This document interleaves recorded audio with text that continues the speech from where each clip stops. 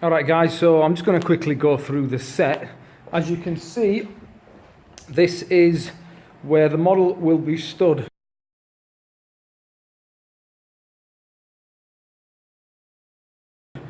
We've basically got some white paper on the floor. That's just some normal background paper. And on the back wall right here, this is a solid wall. Okay, it's made out of wood. It's a solid panel. We'll go around the back. You can see it's got a proper framework structure. It's heavy, it's solid. It's a thick, sturdy wall made out of MDF. And it serves as a solid background that a model can lean against, and you can hang things off it, etc. So I use that wall all the time. And to add to the wall and add some texture, we've got some bed sheets, and we've got some decorators' rags which they throw down on the floor to stop paint from getting all over the floor. And then as some little features, we've got a stool with some white lace and some white bottles. These are just normal wine bottles which have been painted white acrylic, and then we've got some fake flowers which have also been sprayed just to subdue the colour. And we've got one there, we've got another one here. These are IKEA unit boxes that you can use as shelves.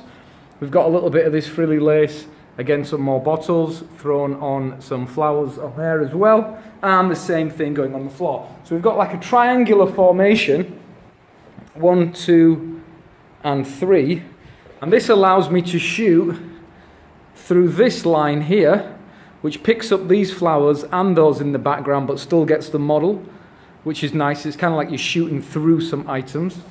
Obviously you can come in and you can shoot over here, and I'm using the 70 to 200 because that allows me to compress the image in terms of reduce the width, because you can kind of literally narrow it, but it also brings the background closer to the model, and it also exaggerates the depth of field that you can achieve. So I'm going to be shooting at f5.6, which is not super shallow, but by zooming in and stepping back, I can kind of like make these things go out of focus.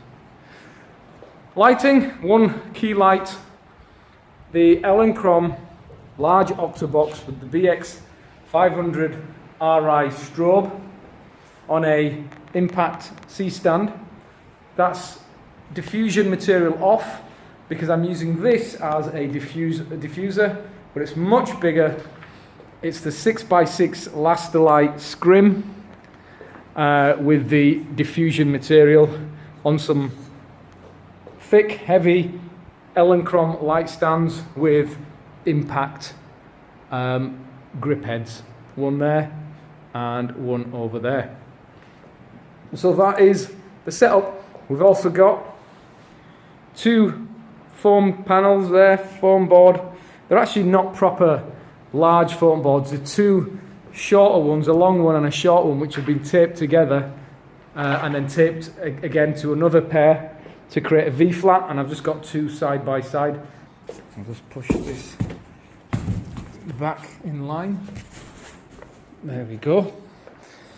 Okay, and that's it. That's the set. Hope you like it, and I hope you enjoyed today's shoot.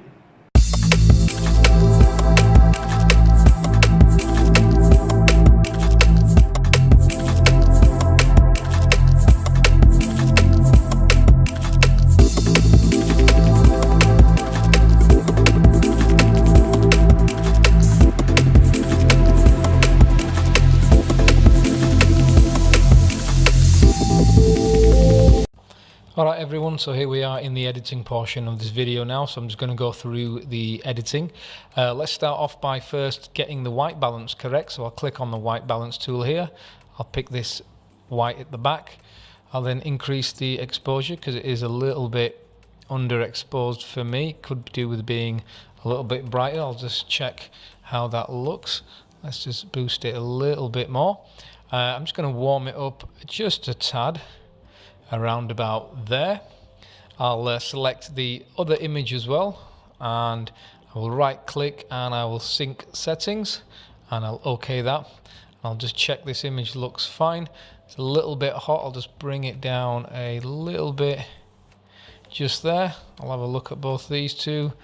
They look pretty good. I'll bring this down a little bit more. Okay, so I've just done a couple of tweaks, just exposure and white balance.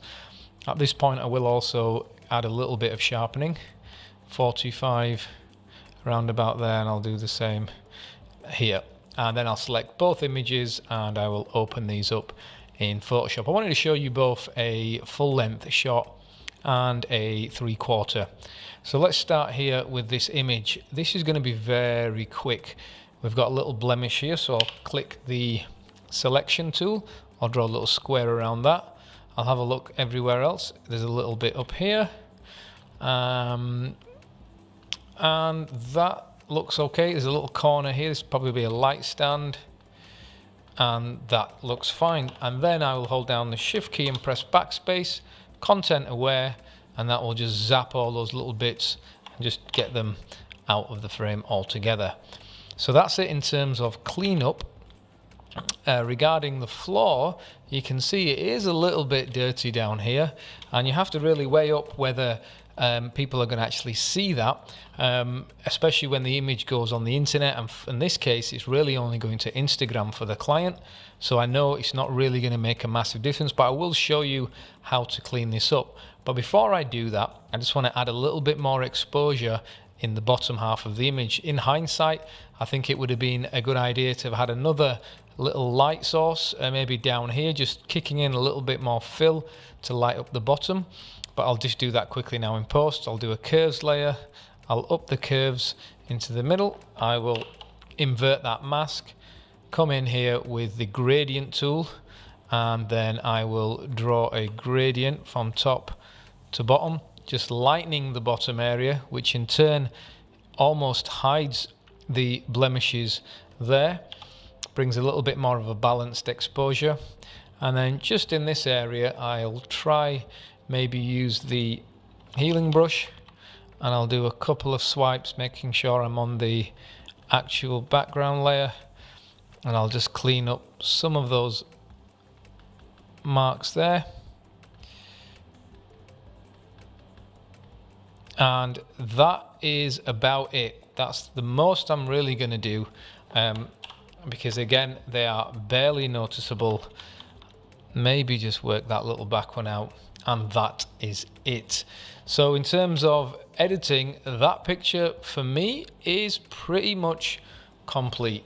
If I wanted to work on the face a little bit, I would do it very, very easily by creating another curves layer.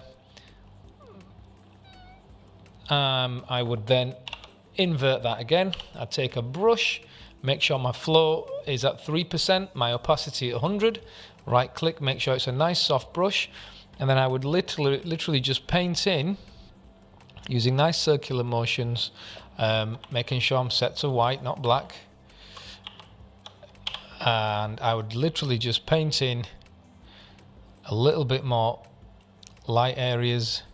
I'll throw a little bit here on the forehead,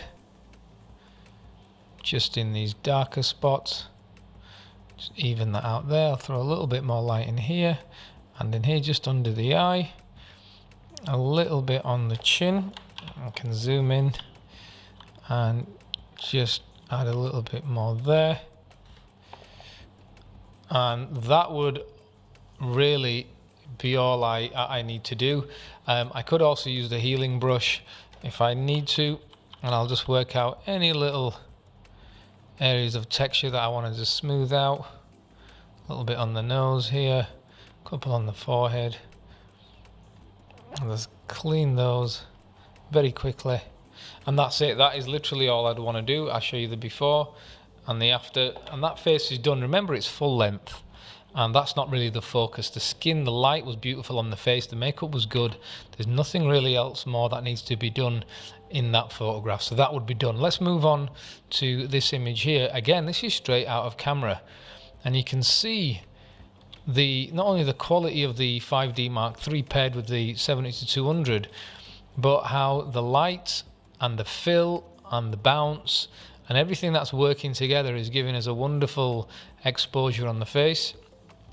And it's doing a lot of the work for us, but we'll create a curves layer anyway, and we'll just boost up the mids here and I will invert that. I'll come back down to my background layer and I'll just quickly do a little bit of healing. Let's just zoom in, and I'm just going to work out these little marks here and there,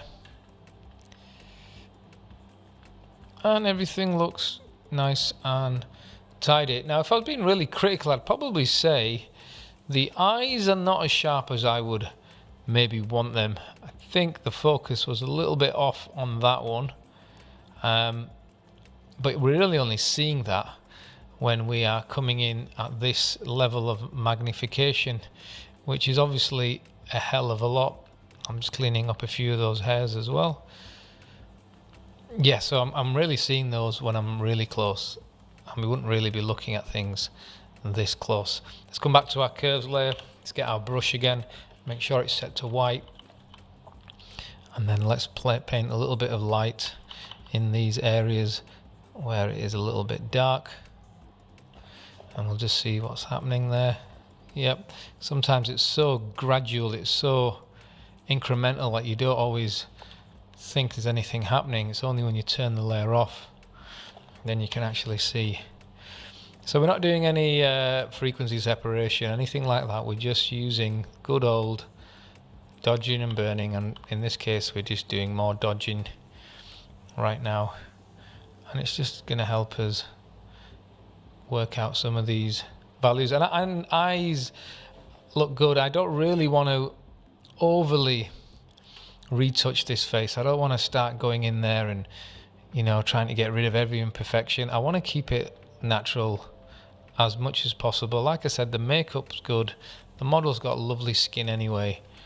We don't need to over process the face here. Let's just zoom out and see. Looks really nice to me. I'll also add a little bit of light just in this neck region here, just to lighten some of these lines.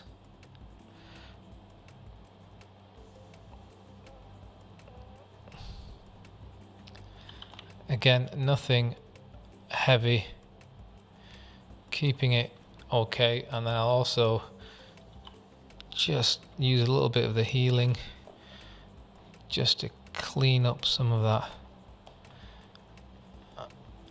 Again, not too much. Okay, that's it. That's all I'm going to do there. And I'll just zoom out. And when I zoom out, I'm just going to use a big fat brush, nice and soft, and I'm just going to finalize that forehead region there and just under the eye there. Okay, that's good. Now I'll turn that off. I'll turn that on, off, on, and that's a good one. I'm quite happy with that. Let's zoom out. This is what we've got as a final product, and this is what we've got here as well. We could say actually we might want to add a little bit more of a curves bump, but just a little bit there and a little bit of contrast. Too much. Okay, I think that's going to do it nicely, and they match up pretty well. Okay, that's it really. If I was batch editing, I'd be doing all this in Lightroom, all the color adjustments, all the lightness, all the exposure. I'd get them all nice and even, and then I'd get rid of all the little blemishes on the background. I'd do it all in Lightroom.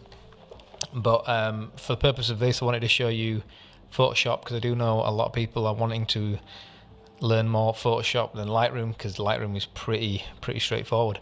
Anyway, hopefully you found that useful. If you did, please give me a thumbs up, add a comment, turn on the notifications. I'm going to be getting more of these behind the shot videos. If you do find these useful, then let me know. If you want me to keep making them, let me know. Anyway, have a good day, and I will catch you next time.